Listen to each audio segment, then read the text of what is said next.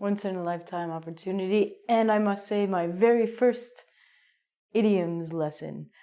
You people have asked me and requested, Ronnie, please do idioms. Ronnie, please do idioms. And Ronnie goes, Ronnie doesn't like idioms because I don't really use idioms. I don't think they're very useful. But then today, an idiom popped in my head. And it had to do with seafood. Now, I don't remember what the idiom was because it was the morning and I was walking to school innocently. But I started to think about seafood and fish. I got a little sick because I hate seafood. I don't really like fish either. But I thought, wow, do you know what? I'm going to teach you because you want to learn about idioms. So here you go. Ronnie's very first, hopefully not the last, lesson about idioms. These ones are with seafood and fish. The first one, you can say he or she is a shrimp. Now, do you know what a shrimp is?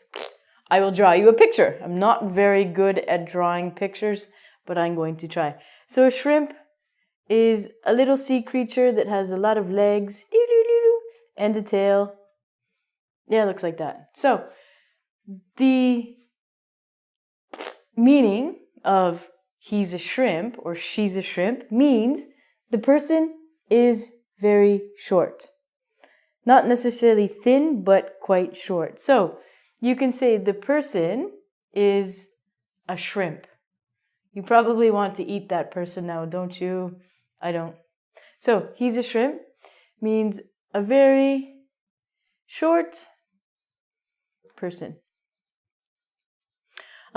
We have another expression that I really like. I don't understand why we use it, but we do. The world is your oyster.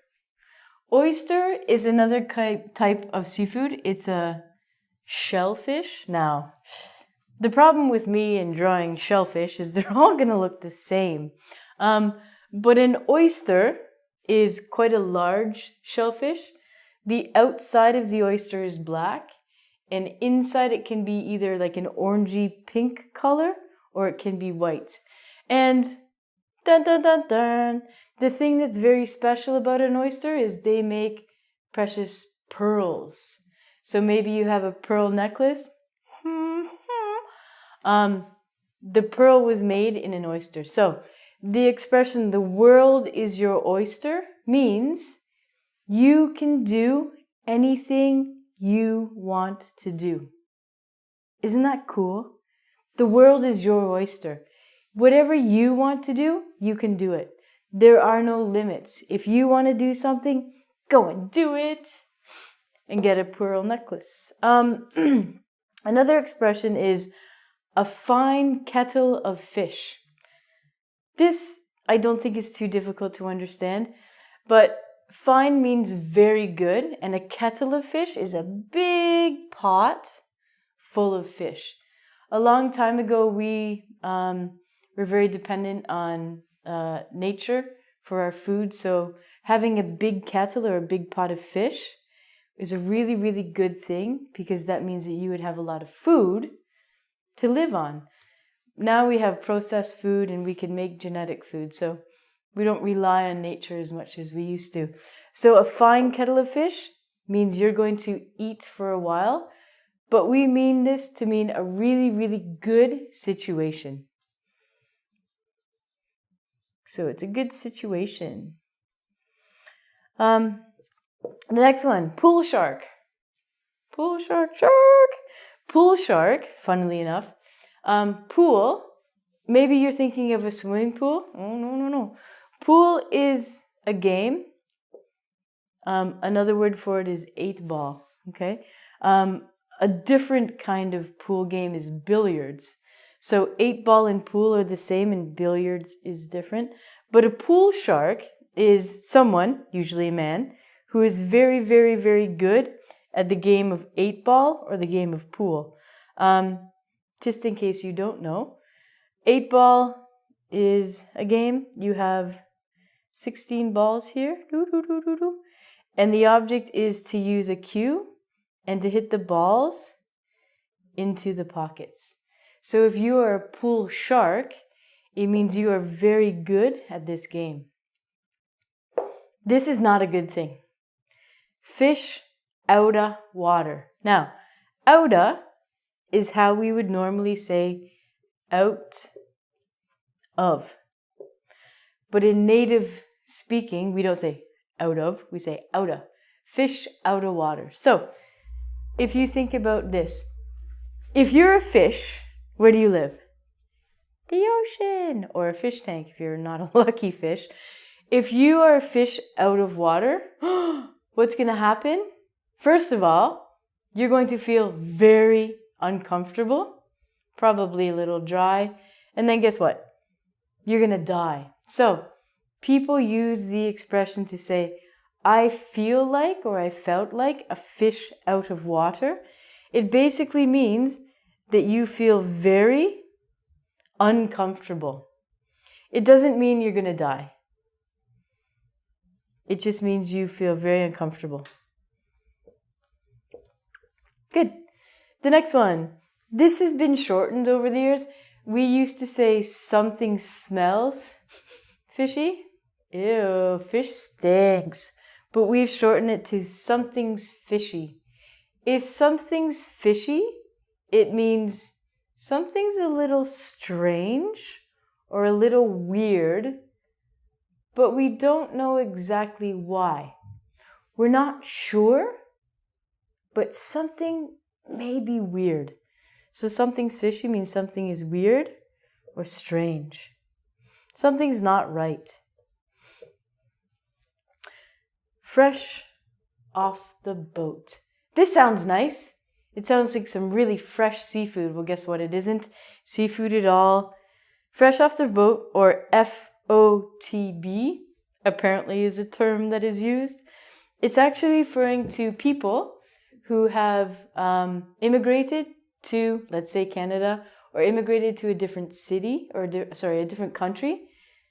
They've traveled by ship or by boat, and they don't really understand the language or the cultures or the customs of their new country.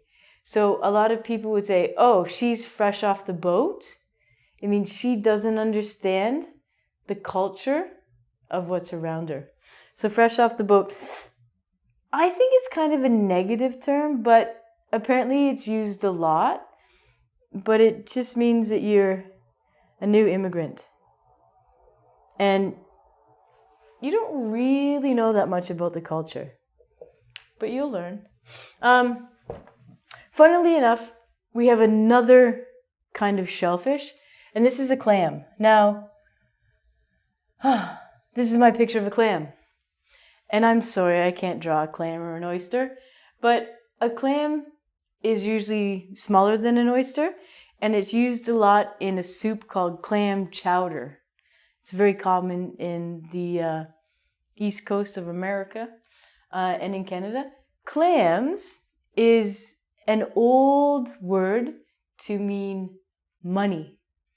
So if you watch probably 1970 or 1980 gangster movies, it'll say like, how many clams for that bottle of whiskey? So clams in a very old sense means money.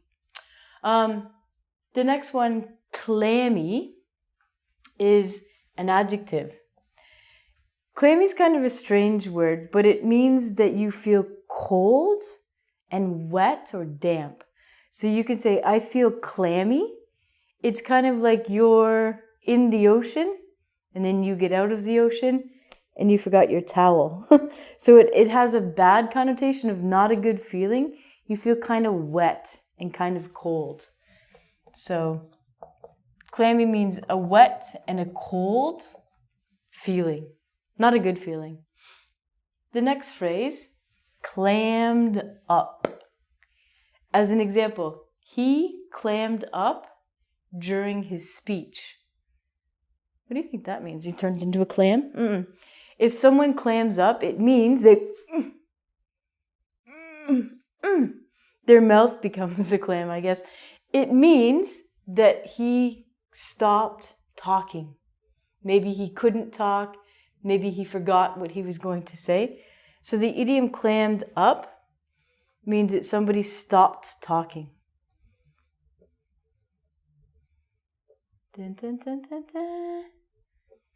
I don't understand this either, but it's an idiom. This is why idioms are so strange and Rani doesn't teach them. Happy as a clam. It means that these clams are really, really happy. So I guess we should do one of these. And it means that you feel happy like a happy clam. Crazy English. What would a lesson be with Rani without some dirty sex in it? Oh yeah, don't worry. We are not free of the seafood and the fish innuendos without a little bit of slang sex. Now maybe you've had sex with someone and he or she didn't really do anything. Maybe they just kind of lied there or just lay there and they didn't participate in the sexual encounter. You can say she or he was like a dead fish. Now this doesn't mean the smell, I hope, but a dead fish would maybe move around a little bit and then not move.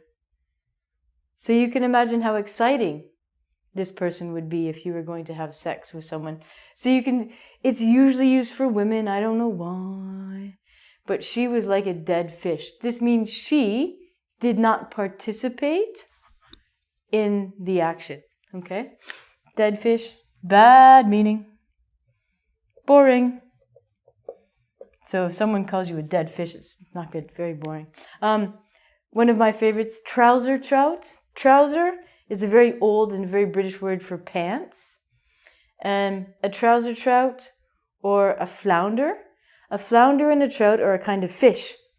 I will draw a picture of a fish. Yay! But, surprise, surprise, a trouser trout or a flounder actually is not a fish at all. It is a man's penis. Trouser trout or flounder. And not to forget the ladies, the lady bits. We have something called a fish taco. Oh, that's disgusting, isn't it? Fish, gross. I hate fish. So a fish taco, if you can imagine, is actually the vagina of the lady. The lady's vagina. So representing the male sexual organs, we have the trouser trouts or the flounder. And for all the ladies out there, your fish taco is a slang word for your vagina. Are you hungry? Would you like some seafood? The next time you go to a restaurant and they have flounder on the menu, I dare you to order it. Bye-bye. This is All with Idioms with Rani.